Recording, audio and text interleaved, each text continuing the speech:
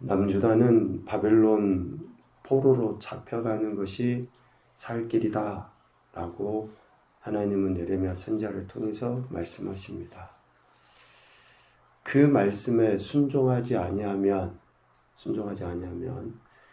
칼과 기근과 전염병에 죽게 되지만 바벨론 포로로 잡혀가게 된다 라고 하는 그 말씀에 순종하면 살게 된다라고 분명히 이야기하셨죠.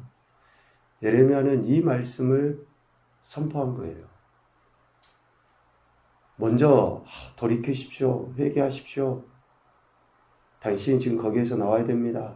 이게 아니라 포로로 잡혀가야 됩니다. 라고 이야기한 거예요. 포로로 잡혀가는 것이 당신들이 살 길입니다. 왕이요. 왕에게 이런 이야기 하기가 쉬울까요? 조금만 우리가 힘을 키우면 잘 될 수 있고 이길 수 있고 충분히 해볼 만합니다. 이런 이야기도 쉽게 왕 앞에서 못할 바인데 예레미야는 왕에게 그 이야기를 한 거예요. 아니 왕 당신이 포로로 잡혀가야지 되고 모든 고관이 잡혀가야 되고 성전의 기물들도 다 바벨론으로 넘겨져 가야 된다. 이것이 살 길이다 라고 이야기한 거죠. 시드기야 왕을 포함한 모든 유다의 고관과 백성들 그리고 성전의 기구들까지 그렇게 바벨론으로 옮겨져 가야 한다라는 것이 하나님의 뜻이고 그것이 살 길이다. 그런데 당시에 같이 활동했던 소위 자기들이 선지자라고 하는 사람들, 특별히 거짓 선지자, 오늘 그 가운데 하나냐가 나오는데 그 거짓 선지자들은 어떻습니까? 바벨론 왕을 섬기지 않아도 된다. 또 혹시 섬겨도 금세 돌아오게 될 것이고 또 여호와의 성전의 기구들도 이제 바벨론에서 속히 돌아오게 될 것이다 라고 이야기해요. 왕이나 고관들이나 또 일반 백성들이 듣기에 뭐가 좋습니까? 금방 돌아옵니다. 잘 됩니다. 그런데 이런 이야기 당연히 하고 싶죠. 또 해야죠. 그런데 이스라엘 백성들, 유다 백성들의 삶의 모습을 보면 이 이야기가 안 맞는 거예요. 어제나 오늘이나 영원토록 하나님의 말씀의 기준은 동일하잖아요. 하나님 말씀에 귀를 기울여 듣고 순종하는 자가 복 받는 거고 순종하지 않은 자는 잘 되는 것 같지만 망하는 거고 순종하지 않은 자는 머리가 되는 것 같지만 결국에는 꼬리가 되게 하고 순종하지 않는 자는 뭔가 손에 쥐는 것 같지만 결국은 빈털터리고 아무것도 없는 존재가 된다라고 계속 하나님은 처음부터 이야기해 오셨잖아요. 출애굽한 이스라엘 백성들에게 율법을 주실 때부터 다시 2세대 이스라엘에게 새롭게 율법을 주실 때에도 동일하게 하셨던 말씀 아닙니까? 하나님께서는 여전히 똑같이 하나님 말씀에 귀를 기울여 듣고 순종하면 잘 되는데 지금 남유다의 상황은 결코 그렇지 않았잖아요. 하나님 말씀을 듣지 않아요. 순종하지 않아요. 자기 소견에 옳은 대로 행해요. 이방신을 섬기는 거하고 똑같이 하나님을 섬겨요. 손바닥 비면서 뭔가 자기들의 욕심을 채우기 위한 도구로 하나님을 전락시켜버려요. 그러니 하나님께서 지금 유다는 바벨론 포로로 잡혀가는 것이 결국은 살 길이고 후일을 도모할 수 있는 최상의 길이고 방법이다라고 하나님은 말씀하셨던 거예요.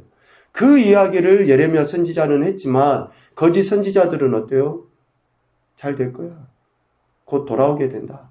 2년 안에 바벨론으로 옮겨졌던 그런 성전의 기물들 다 돌아오게 된다. 걱정하지 마. 이야기를 하는 거예요. 지금 당장 유다가 하나님 말씀에 불순종해서 하나님 말씀대로 살지 않고 있어서 하나님 뜻을 거역해서 이런 결과들이 주어졌는데도 불구하고 그런 이야기를 한 거죠. 하나냐의 이름의 뜻은 여호와는 자비하시다예요. 여호와는 자비하시다. 당연히 하나님은 자비하신 분이시죠. 평안과 복을 내려주시는 분이심에 틀림이 없습니다. 그런데 하나냐의 생각은 어떻습니까? 하나님의 자비하심은 평안과 복을 통해서만 얻어진다라고 생각하는 거예요. 어느 부모가 자식이 잘못된 길을 가고 있는데도 잘하고 있다, 잘 된다 라고만 이야기하는 부모가 어디 있어요? 징계가 없으면 사생자라 그랬는데 채찍을 들기도 하고 때로는 진짜 몽둥이를 들어서라도 옳지 않은 거, 잘못된 거, 거짓을 행하고 있으면 때려서라도 그렇게 하는 거죠. 부모가 분별을 못하면 자식은 분명히 망하게 돼 있습니다. 부모가 똑바로 정신을 차리고 이것이 옳은지 그른지 판단해서 매를 들든지 아니면 잘하고 있다고 칭찬을 해주든지 뭔가가 있어야죠. 하나님 당연히 자비하신 분이시죠. 그런데 평안과 복으로만 하나님이 자비를 주십니까? 아니에요. 미안하지만 잘못하고 있으면 징계, 채찍을 들어서라도 또 때로는 심판을 해서라도 하나님께서는 자비하심을 나타내 보이셔요. 그런데 하나냐는 그런 인물이 아니었죠. 심판이라 할지라도 그 심판에 대한 순종, 또 그 순종을 통해 진정으로 회개한 자들에게 하나님은 평안과 복을 주셔요. 그런데 하나냐는 여호와는 자비하시다. 그 이름의 의미를 가졌지만 진정으로 하나님의 자비하심을 몰랐던 인물이라고 할 수 있습니다. 그는 베냐민 땅 기브온 출신이에요. 오늘 1절에 보면 기브온 아술의 아들 선지자 하나냐라고 이야기합니다.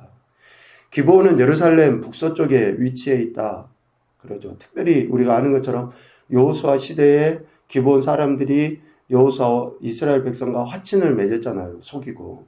그래서 파멸을 면했어요.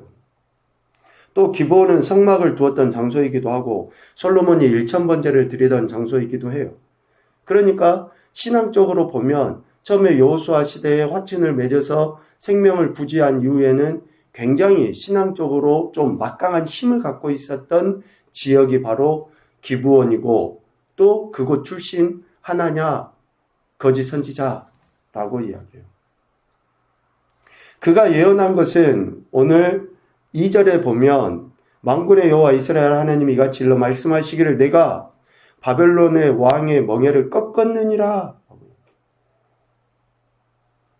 과거형으로 이야기를 해버려요. 이미 하나님께서 바벨론 왕의 멍에를 꺾어버렸다. 이후로도 아직까지 이스라엘이 유다가 바벨론의 포로로 잡혀져 있어야 될 시기는 아직까지 많이 남았어요. 그런데 이미 하나님께서 바벨론의 왕 느부갓네살 멍에를 꺾어버렸다 라고 이야기해요. 얼마나 달콤합니까? 참 하나님 자비하신 분이심에 틀림이 없군요. 이스라엘은 그렇게 이야기할 수 있어요. 하나냐의 이야기만 들으면. 아니 하나님이 이 심판을 해버렸다는데 이제 우리는 곧 풀려나고 이제 우리는 곧 해방이고 정말 핑크빛 아닙니까? 곧 뭐가 될 것처럼 곧 뭐가 이루어질 것처럼. 그런데 그 이야기는 하나님의 말씀이 아니라 하나냐의 이야기예요. 그러면서 4절에도 이야기하죠. 하나님께서 바벨론 왕의 멍에를 꺾으셔서 바벨론으로 간 유다 모든 포로를 다시 이곳으로 돌아오게 하실 것이다. 걱정하지 마. 잘 돼. 그 이야기를 하는 거예요. 지금 유다는 여전히 하나님 말씀에 불순종해서 하나님께 올바른 제사를 드리지 아니하고 하나님이 기뻐하시는 삶을 살아가지도 아니하는데 그 이야기를 하는 거예요. 하나냐의 출신에 대해서 이야기했잖아요.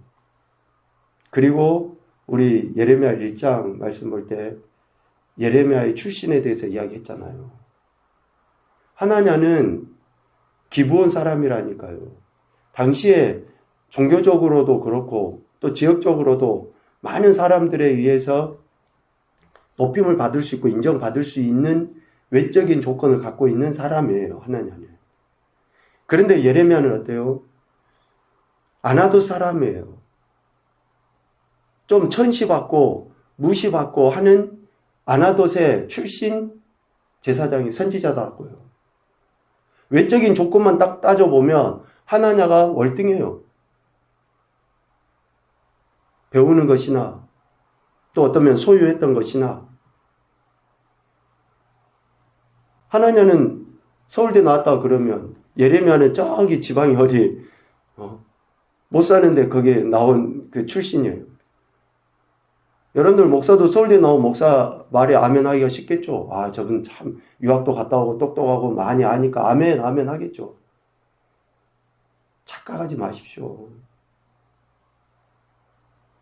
많이 배워가지고 출신이 좋다고 해서 그 사람 말이 신빙성이 있습니까? 정확한 통계는 아니지만 대부분 사람들이 말을 하기가 뭐예요? 사기꾼 중에 제일 많은 출신 대학이 어디예요? 서울대 출신이라고 안 그래요? 똑똑하고 잘나서 자기 배만 불리고 남을 아프게 하는데 악한 도구로 쓰임받는 사람들이 훨씬 많아요. 하나냐는 자신의 출신을 믿고 했는지 모르지만 이처럼 하나님의 말씀과는 전혀 상관없는 자기 생각을 이야기한 거예요. 외적인 조건만 보면 하나냐의 말에 사람들의 마음이 쏠릴 수 있습니다. 그러나 하나냐는 하나님께서 보내지 아니하였고 그는 백성에게 거짓을 믿게 한 인물이에요. 하나님께 패역한 말을 한 사람인 것이죠. 그래서 15절부터 17절까지 보면 결국 그는 그의 일곱째 딸에 죽임을 당하게 됩니다. 감언이설이라고 이야기해요. 감언이설. 달콤한 말로 그 사람의 마음을 빼앗고 결국은 그렇게 말한 사람도 죽고 그 말을 듣는 사람도 죽어요. 얼마나 불행한지 모릅니다. 제발 분별력을 가지십시오. 지금 듣기에, 귀에 듣기에 따가워도 그 말이 생명의 말씀인 것을 지금 내 마음이 조금 불편해도 그 말이 생명의 말이라고요. 지금 예배도 제대로 안 드리고 지금 신앙생활을 똑바로 안 하고 지금 우리가 하나님 말씀에 거역하고 살아가고 있는데 잘 된다라고 이야기하는 것 자체가 문제 아닙니까? 여러분 성경의 처음부터 마지막까지는 안 믿는 사람에게 한 이야기가 아니라고요. 처음부터 마지막까지는 믿는 사람들, 하나님 자녀라고 백성이라고 하는 그 사람들에게 했던 이야기 아닙니까? 제발 정신을 차리셔야지 됩니다. 적어도 오늘 우리가 그래야지 우리가 우리 자녀들에게라도 또 가까이 있는 사람들에게라도 하나님과 같은 존재가 되질 않아요. 예레미야는 이렇게 하나냐가 거짓말을 하는 것에 대해 거짓 예언을 하는 것에 대해 담대하게 하나님 말씀을 있는 그대로 선포해요. 그런데 예레미야라고 이스라엘이 유다가 포로에서 돌아오기를 바라지 않겠습니까? 오늘 6절 말씀 봐보세요. 선지자 예레미야가 말하니라 아멘. 여호와는 이같이 하옵소서. 여호와께서 내게 예언한 말대로 이루사 여호와의 성전에 기구와 모든 포로를 바벨론에서 이곳으로 되돌려 오시기를 원하노라. 아니 당연하죠. 당연히 예레미야도 하나냐가 이야기한 것처럼 포로에서 돌아오길 원하고 성전의 기구들이 다 예루살렘으로 돌아오길 원하죠. 아니 예레미야는 이렇게 되기를 원하지 않습니까? 누구보다도 절박하게 원해요. 누구보다도 절박하게 유다 백성들이 복받기를 원한다고요. 간절히 원해요. 그것도. 그런데 그것이 아니잖아요. 지금 그럴 수 없잖아요. 유다의 상황을 보면 그렇게 해서는 그게 복이 아니잖아요. 예레미야는 절박한 거예요. 시기적으로. 더 간절히 원하지만 그렇게 안 하고 있습니다. 하나님께 복종하지 않을 수 없잖아요. 유다의 행태를 보면. 백성들의 인기를 얻으려고 달콤한 말로 그들을 속일 수는 없는 거예요. 하나님의 뜻은 뭡니까? 14절 바벨론에게 완전히 항복하고 포로로 잡혀가 바벨론과 느부갓네살을 섬기는 것이 하나님의 뜻이에요. 예레미야 이전의 선지자들을 통해서도 하나님이 그렇게 말씀하셨어요. 8절 계속 하나님은 선지자들을 보내서 그 이야기를 하신 거예요. 포로로 잡혀간다. 그러니 빨리 돌이키고 회개라. 그렇지 않으면 망한다. 계속 그 이야기를 했는데 그 말을 듣지 않으니까 이제 결국은 바벨론 포로로 잡혀가야지만이 된다라는 것을 예레미야 선지자가 이야기한 것이죠. 시간이 지나면 하나냐의 예언이 참인지 예레미야 예언이 참인지를 밝혀지게 된다라고 9절에 분명하게 이야기해요. 참 선지자와 거짓 선지자의 기준은 그 예언 성취 여부에 달려 있어요. 특별히 평안을 예언한 자들은 평화가 성취돼야지만이 그 예언이 참인지로 알아요. 하나냐가 평화를 예언했잖아요. 그런데 평화를 이룰 만한 기미가 전혀 안 보여요. 이것은 하나님이 능력이 없어서 그렇습니까? 아니에요. 유다가 하나님 말씀대로 제대로 살지 않고 있기 때문에 그런 거예요. 하나님의 손이 짧아서 구원하지 못하십니까? 하나님이 어떤 분이신데요? 그런데 하나님의 백성이라고 하는 저들이 지금 하나님 말씀대로 살지 않으니까 문제인 거예요. 그러니 아무리 평화를 예언해도 아무리 성공을 이야기해도 그 성공은 가짜일 수밖에 없고 평화는 가짜일 수밖에 없어요. 그렇게 살지 않으니까.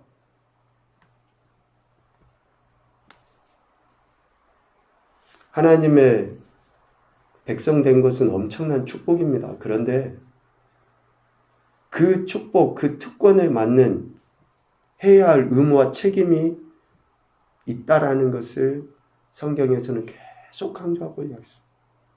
우리가 은혜로 구원받은 거 맞아요. 그러면 은혜로 구원받았기 때문에 하나님 말씀에 귀를 기울여 듣고 은혜로 구원받았기 때문에 내 생각을 버리고 하나님 말씀 따라서 순종하며 살아가는 거예요.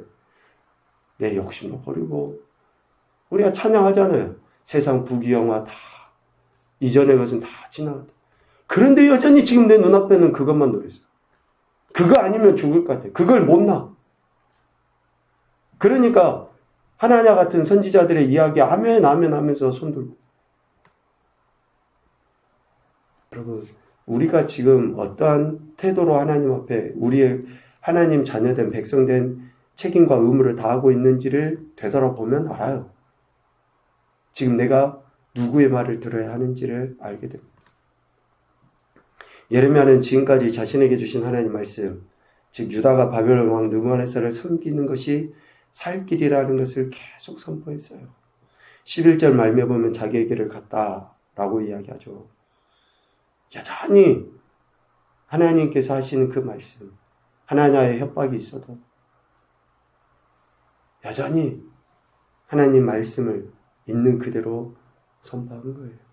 하나님께서 구체적인 사건들을 통해서 반드시 포로가 되게 하신 것에서 돌이켜 회복시켜 주실 것을 확신했기 때문에 예레미야는 그렇게 담대하게 선포한 것입니다. 첫 번째 교훈입니다. 우리의 기대와 소망이 하나님의 뜻은 아니다. 우리의 기대와 소망이 마치 하나님의 뜻인 것처럼 하는 것은 매우 위험합니다. 두 번째, 하나님의 뜻의 결국은 우리가 진정으로 회개하고 돌이키는 것이다. 우리가 진정으로 회개하고 돌이키는 것이 하나님 뜻이에요. 세 번째, 회개와 구원을 위해 내리신 심판조차 순종해야 돼. 회개와 구원을 위해 내리신 심판조차, 갈등조차, 문제조차, 질병조차 다 우리는 하나님이 허락하신 것이기 때문에 순종해야 돼요. 지금 이 순간에 겪고 있는 그런 문제들도 순종밖에 없습니다. 말씀에. 한 가지 덧붙이면 참과 거짓은 외적인 조건으로 판단할 수 있는 것이 아니다. 참과 거짓은 외적인 조건에 있지 않아요. 우리는 그걸 잘 분별할 수 없을 수 있습니다. 그러나 한 가지는 그 사람의 오랫동안 삶의 모습, 하나님에 대한 태도로서 평가해 볼 수는 있죠. 그래서 늘 말씀을 생각하고 그 말씀에 따라 우리가 순종하며 살아가는 것이 우리 자신을 지키고 보호하는 것이고 다른 사람을, 특별히 우리 자녀들을 지키는 거예요. 오늘도 저와 여러분에게 생명 주신 하나님께서 말씀하십니다. 돌이켜 회개해라. 이것이 살 길이다라고 이야기하시죠. 우리 자신과 또 우리 자녀들이 오늘 한날 하나님 말씀 앞에 완전히 순종하여 또 하나님의 은혜 가운데 다시금 회복되어지는 그런 귀하고 복된 한 날이 되실 수 있기를 주님의 이름으로 축복합니다. 아멘.